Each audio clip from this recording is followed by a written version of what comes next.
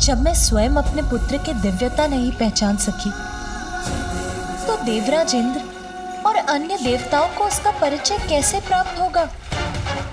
सर्वथा उचित है आपका कथन देवी, क्योंकि अपने इस रूप में अभी गजानन को स्वयं अपने वास्तविक रूप का परिचय नहीं है, क्योंकि अभी उनकी कुंडलिनी जागृत नहीं हुई है। कुंडलिनी जागृत होते ही उन्हें स्वयं ज्ञात हो जाएगा कि वो परब्रह्म स्वरूप ही है। तब उन्हें अपने जन्म का प्रयोजन भी ज्ञात हो जाएगा। एक बार वो अपनी मानवीय एवं शारीरिक सीमाओं को भेद देगा, एक बार उसे स्वज्ञान हो जाएगा तो वो अपने मूल रूप में आ जाएगा, सर्वोच्च ईश्वर के स्थान पर स्थापित होगा। इसका अर्थ तो यह है स्वामी कि मैंने व्यर्थ ही देवराज इंद्र को चुनौती दी। एक दिन ऐसा आएगा जब स्वयं मेरा पुत्र गजानन देवराज इंद्र को अपना वास्तविक परिचय देगा। माँ, पिताश्री। गजानन तो परब्रह्म ही हैं, जिन्होंने एक बालक के रूप में अवतार लिया है।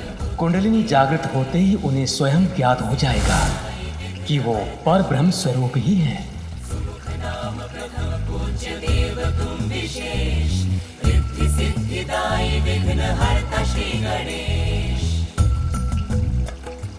मुझे आप सभी की दृष्टि से ओझल हुए इतना समय हो गया और आप में से किसी ने भी ध्यान नहीं दिया। यदि मुझे कुछ हो जाता तो?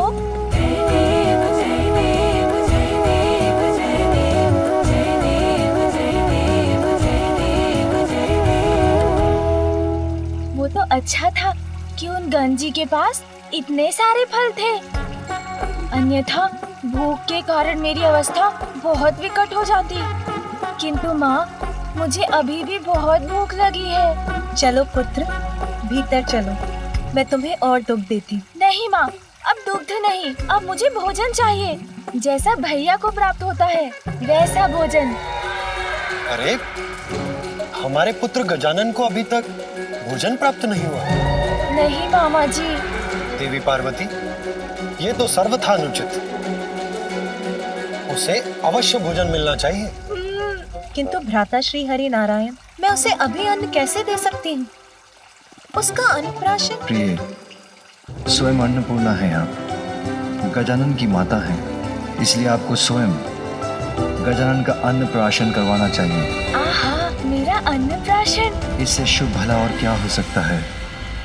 देवी लक्ष्मी, देवी सरस्वती एवं ब्रह्मदेव और विष्णु देव की उपस्थिति में यदि आपके हाथों से गजानन का अन्नप्राशन किसी भी दिव्य उत्सव से किसी भी रूप में कम नहीं है। उचित है नाथ, मैं स्वयं अपने पुत्र गजानन का अन्नप्राशन करूंगी और अन्नप्राशन के बाद उसकी कुंडलिनी जागृत करने के लिए उसकी शिक्षा प्रारंभ करूंगी।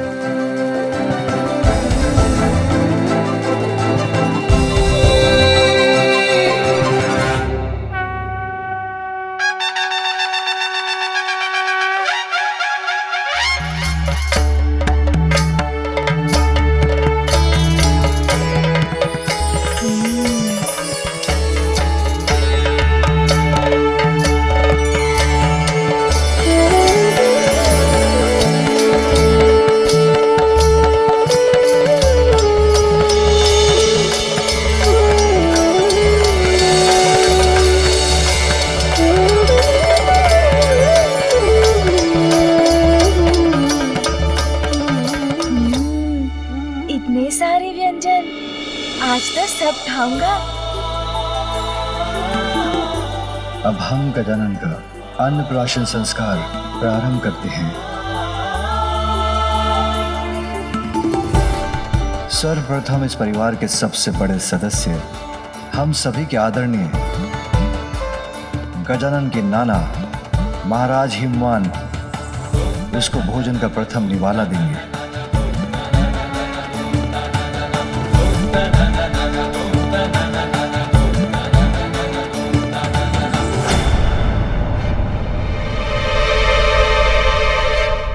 रुकिए,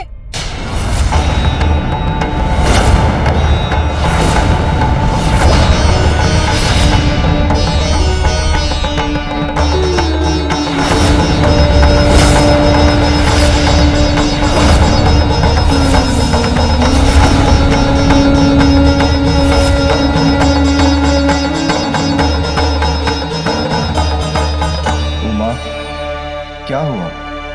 गजानन का अन्नप्राशन प्रारंभ होने के पूर्व ही तुमने उसे रोक दिया? स्वामी, 56 भोग व्यंजनों से सज्जित है ये थाल, किंतु इसे देखकर पूर्णता का आभास नहीं हो रहा है मुझे। कुछ तो अवश्य अभी भी शेष है। मैं कुछ नहीं बोलूंगी, किंतु शेष है? अब क्या शेष है पुत्री? अब तो बस गजानन का अन्नप्राशन ही शेष है। कुछ शेष नहीं माँ मेरे उदर में, बस मेरे द्वारा इन स्वादिष्ट व्यंजनों का भोग लगाना ही शेष है। विलंब के लिए मैं क्षमा प्रार्थी हूँ, किंतु जो उचित है उसी का होना अनिवार्य है। मेरे पुत्र के अन्नप्राशन का प्रथम आहार ये 56 व्यंजन नहीं, कुछ और हो। कुछ और होगा? क्योंकि जो विशेष है अभी वही शेष है। आप सभी अपना स्थान ग्रहण कीजिए, तनिक प्रतीक्षा कीजिए, मैं अभी वो विशेष व्यंजन लेकर आती हूँ।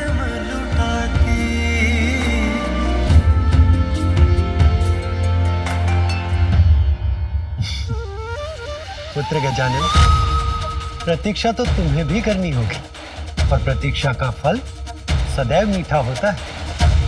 तुम्हारी माता तुम्हारे लिए कुछ विशेष व्यंजन लाने गई। हाँ मामा जी, कठिन तो है, किंतु मैं प्रतीक्षा कर लूंगा। सुना भैया, माँ मेरे लिए कुछ विशेष लेकर आ रही है। महाकाय बुद्धि के नरेश, सिद्धि सिद्धिदायी विघ्न हरता श्री गणेश।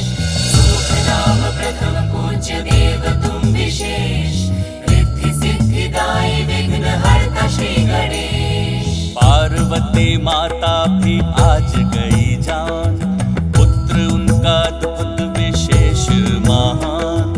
बालक हो ऐसा जब असाधारण, अन्नप्राशन उसका हो क्यों साधारण। व्यंजन विशेष कोई माँ कर निर्मित, बालक उत्सुक सोच सोच के हर्षित। व्यंजन का थाल सबका खींचे है ध्यान, उसमें क्या लाई माता किसको है ज्ञान।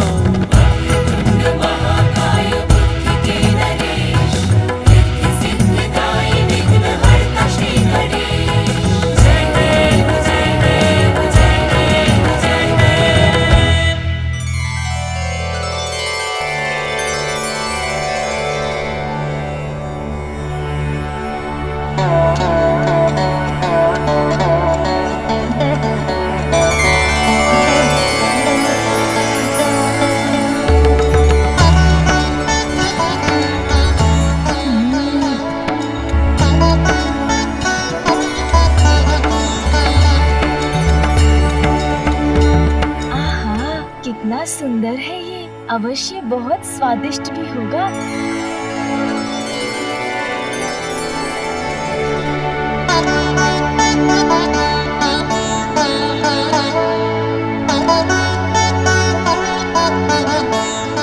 मैं कुछ नहीं बोलूंगी, किंतु पुत्री ये क्या व्यंजन है और इसमें क्या विशेष है?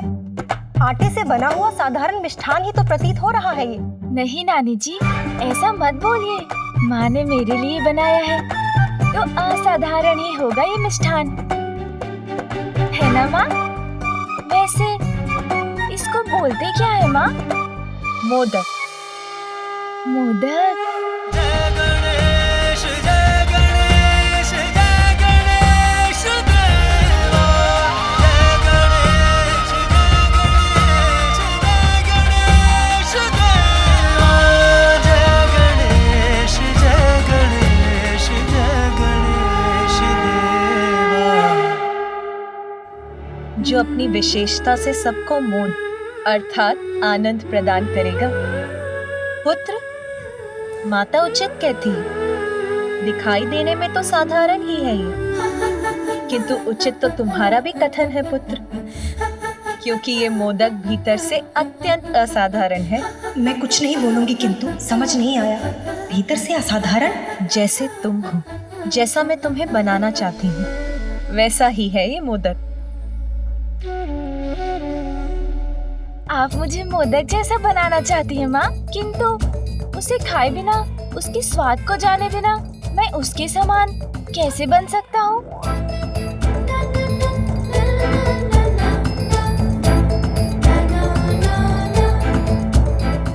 माँ, मैं ये मोदक खा लूँ ना? अवश्य पुत्र।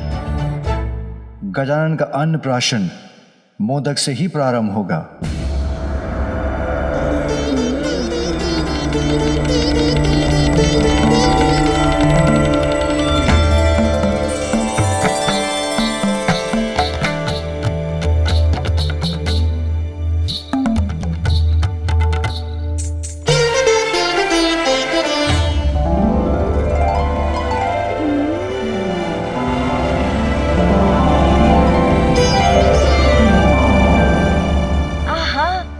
सत्य कहा था माँ आपने, जितना भीतर जाओ इसका असाधारण स्वाद तो बढ़ता ही जाता है।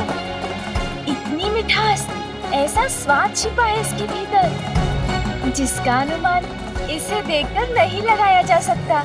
हाँ पुत्र, जैसे मोदक को देखकर कोई नहीं जान सकता कि उसमें कितनी मिठास है, वैसे ही हम सबके भीतर परमात्मा रूपी सुंदर सत्य का वास है। किंतु मोह माया में लिप्त होने के कारण हम उसकी सुंदरता उनको नहीं जान पाते। उनका परिचय तो मोह माया त्याग कर ही प्राप्त होता है, समझे? हाँ माँ।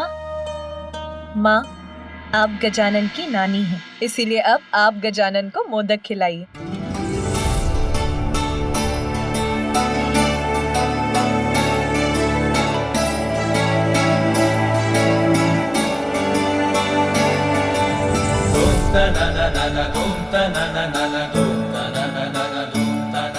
आनंद आ गया माँ, बहुत स्वादिष्ट है मोदक। किंतु माँ, ये मोह माया क्या होता है जिसे त्यागना इतना आवश्यक है? हाँ माँ, और इस मोह माया से छुटकारा पाने का उपाय भी बताइए ना।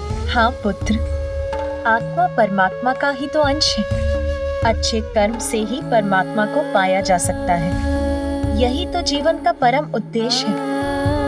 किंतु सांसारिक सुखों की लालसा, निज स्वार्थ और इच्छाओं के माया जाल से भ्रमित होकर सभी जीव उन परमात्मा को ही भुला बैठे हैं। तो फिर इस परम उद्देश्य को प्राप्त करने के लिए हमें क्या करना चाहिए माँ? पुत्र, सत्य की साधना, माया को भेदने वालों की समस्त शक्तियाँ और कुंडलिनियाँ जागृत हो उठती हैं और उन्हें अपने भीतर बसी परमात्मा की शक्ति और उनकी सुंदरता से परिचय कराती हैं। वैसे ही पुत्र, जैसे मोदक के भीतर का स्वाद लेने पर ही इसकी वास्तविक मिठास का आनंद प्राप्त होता है।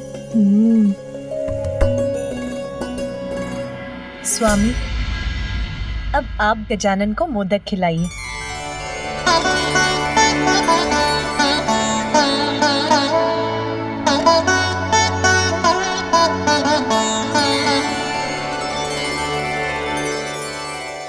पुत्र, अनेकों मिथ्या आकर्षण है संसार में, जो पल पल पर प्रस्तुत होकर हमें भ्रमित करते हैं। स्वादिष्ट भोजन, मन भावन सुगंध, प्रिय शब्द, सुंदर दृश्य, कोमल स्पर्श अर्थात पांचों इंद्रियाएं इच्छाओं का रूप लेती हैं और इच्छाएं इच्छा विकारों को जन्म देकर हमें भटकाती हैं।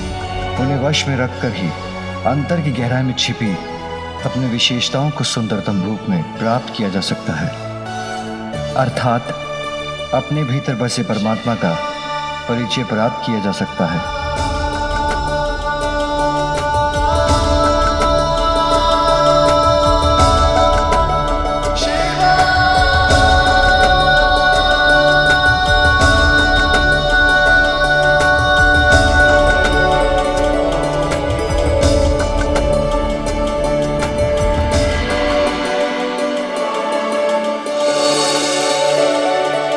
अपनी अंतरात्मा में झांककर अपने अवगुणों को दूर करना, बुराई का मार्ग त्याग कर अच्छाई के मार्ग पर चलना, गुणों को निखारना, परमात्मा से मिलन के अपने परम उद्देश्य पर स्थिर रहना, अपने भीतर छिपी सुंदरता से संपूर्ण जगत को आनंदित करना। जीवन के इसी परम ज्ञान का प्रतीक है ये मोदक।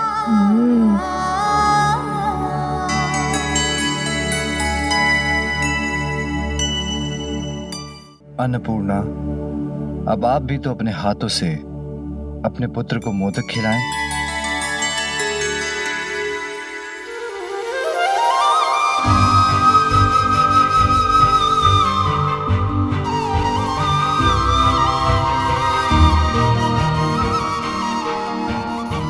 लो पुत्र।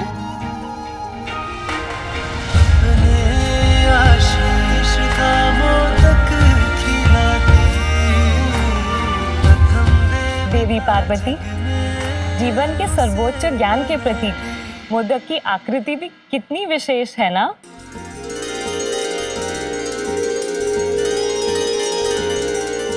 हाँ देवी लक्ष्मी, मोदक का आकार तो महाशून्य के ही समान है। माँ, मुझे कुछ समझ में नहीं आया। ये महाशून्य क्या होता है? महाशून्य तो अनंत है, अपने आप में ही संपूर्ण है। समस्त जगत और सभी जीवों का जीवन उसी से उत्पन्न होता है और उसी में समाता है। अर्थात ये तो प्रणव मंत्र ओमकार का ही प्रतीक है। इसीलिए पुत्र, जो मोदक के वास्तविक अर्थ को जान जाता है, वो संसार के दुख सुख से परे रहता है। सांसारिक माया जाल से भ्रमित न होकर परमात्मा से स्वयं को जोड़कर पूर्णता को प्राप्त करता है ना माँ?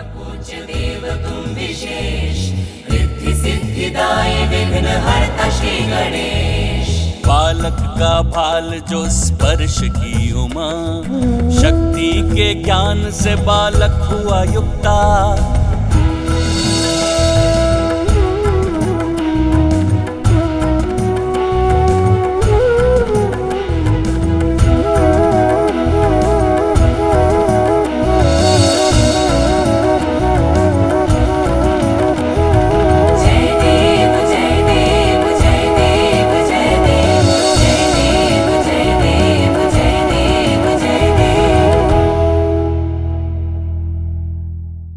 अरे अरे पुत्र, ये लीजिए भैया।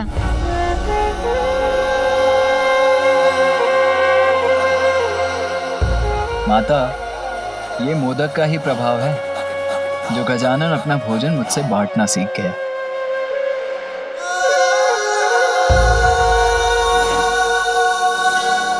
माँ, मैं समझ गया हूँ।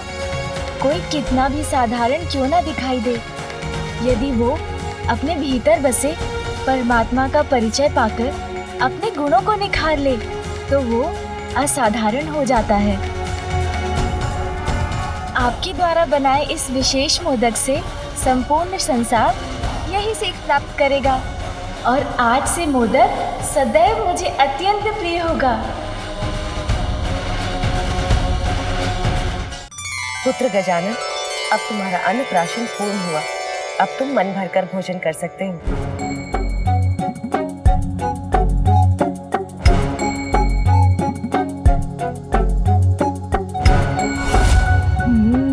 आज तो मन भरकर भोजन करूंगा।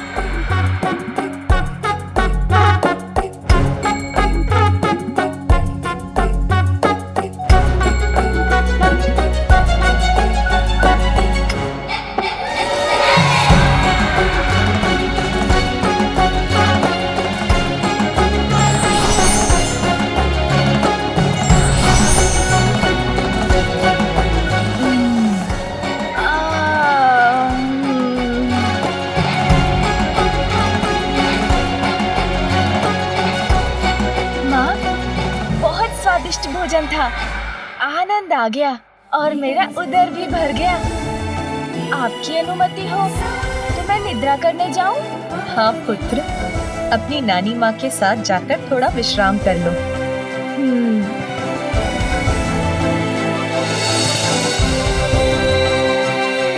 आज विश्राम कर लो पुत्र, क्योंकि कल से तुम्हें श्रम जो करना होगा।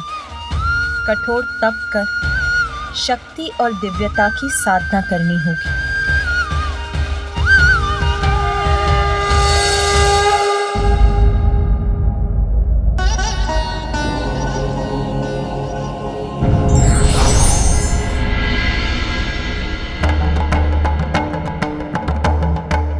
राजेंद्र। प्रणाम महादेव। क्या है आपकी चिंता का कारण? दक्षिण क्षेत्र में पुनः असुरों का आतंक छाया प्रभु। हम देवताओं के धर्म की रक्षा करने के लिए एक बार पुनः हमें देव सेनापति कार्तिकेय की आवश्यकता है।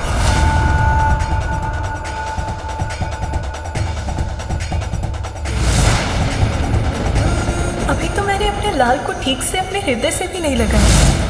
कहीं नहीं जाने दूंगी मैं अपने पुत्र को।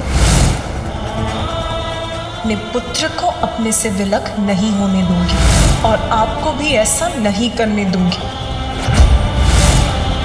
कार्तिकेय का यहाँ से जाना देवी पार्वती कदापि स्वीकार नहीं करेंगी।